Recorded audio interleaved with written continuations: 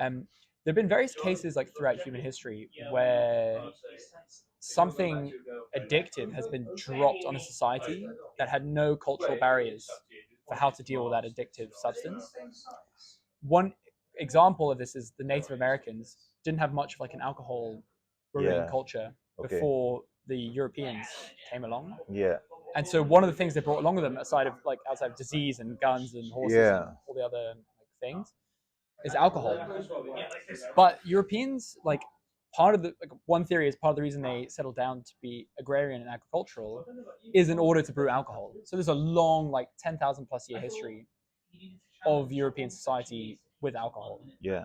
So over that kind of long period of time, you build up certain cultural norms and barriers, like when is it appropriate to drink, when is it inappropriate to drink. Bear in mind, we come from the UK, which is a large binge drinking culture anyways. I'm not saying we figured it out, I'm just saying there's some kind of norms around it, right? Yeah.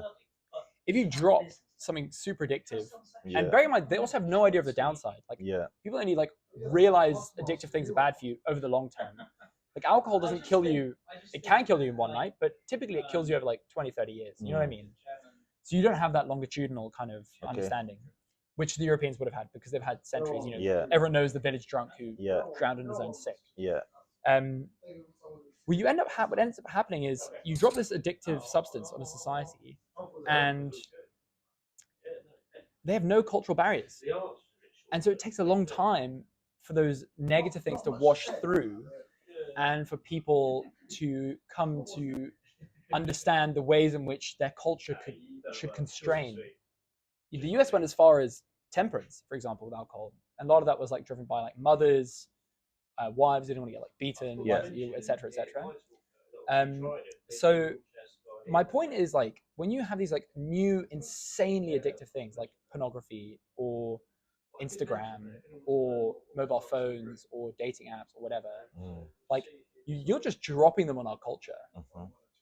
And we have to figure out how it's appropriate to use these things. And I've noticed already there's a lot of culture that's emerged around phones that didn't exist 5-10 years ago. For example, none of us, I'm almost never in a situation where I'm sitting at a dinner table and people are on their phones.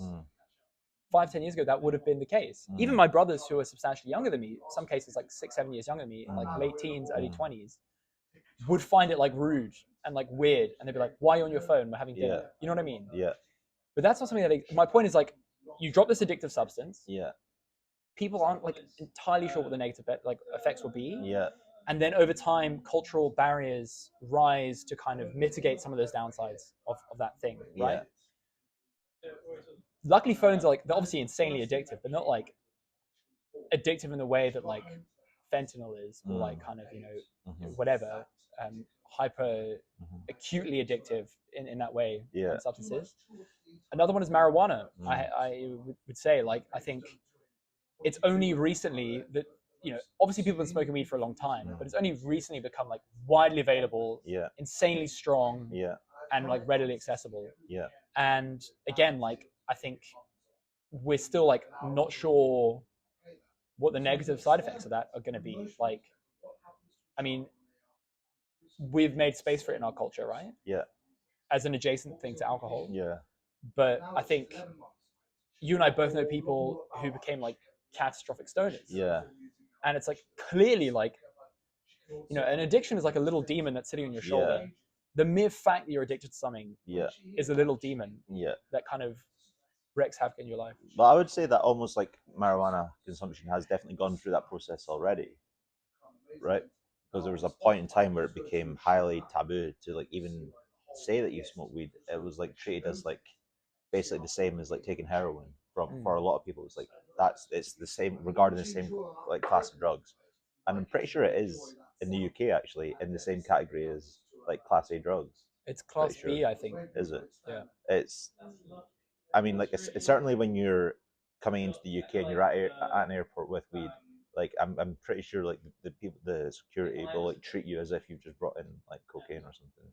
It's almost treated with that degree of severity. But I don't mean legally, because legally and Mm. culturally, I guess my point here is like No, ultimately but like I'm the making a difference. cultural point though, Yeah. which is that over time policemen have become like more and more tolerant for people like smoking weed. They don't give a shit anymore, basically. Yeah, like, people smoke weed and Yeah. police walk past them and they don't like arrest Exactly. them. Yeah. So I think it's already gone through that process where it's like actually we don't need to be like that restrictive on like the consumption, and it's slowly like unwinding. But that point about how phones are sort of like almost going through that stage as well, where it's like people have that culture around using that technology is developing and it's maturing to a stage where like people know actually not to be on their phone during like dinner, like when you're at a family meal and things like that, which I think is good. But I think there's a lot of things that don't necessarily, like for example, do you not think that we've had porn in our culture long enough that we should know what to do? But I do see this emerging now, right? Like Right. NoFap, for example, is a cultural antibody Yeah. that emerged in response, in consequence to an addictive stimulus. Yeah. There was no like broad kind of consensus movement that was outside of like purely religious, Yeah. which again like could be too extreme. Like there could be like some small amount of pornography that's fine. Yeah. You know what I mean? Like, but like NoFap, for example, is a cultural immune response to too much or pornography addiction, basically. And that's my point. Like the culture will develop memes that help navigate. And this is kind of off topic, but like I noticed this news story the other day. I had a stepbrother traveling to Colombia. Yeah. And there's all these like stories of like American gringos going to Medellin and trying to like sleep with a bunch of Colombian girls on Tinder and stuff. And I found this really interesting. This news story is basically like the local Colombian guys are basically like catfishing guys with like profiles and then robbing them. And I was like, these things, like you cannot have this like massive disadvantage for too long. You cannot just be like, okay, I'm a rich American who's going to come and like sleep with all of your women. Like the culture just won't tolerate it. There's going to be antibodies that start circulating, you know? And so this advantage is going to be equalized because the local people will be like, you're just coming here, you're diminishing my position in the sexual market. I want to rob you, basically. I want to stop you from doing this. I want to put the word out that it's risky to go on a date with a girl on Tinder or whatever in Medellin. Yeah. And so I would again call those like kind of the cultural antibodies that are coming out in force to neutralize this kind of like perceived massive gradient, basically. Yeah.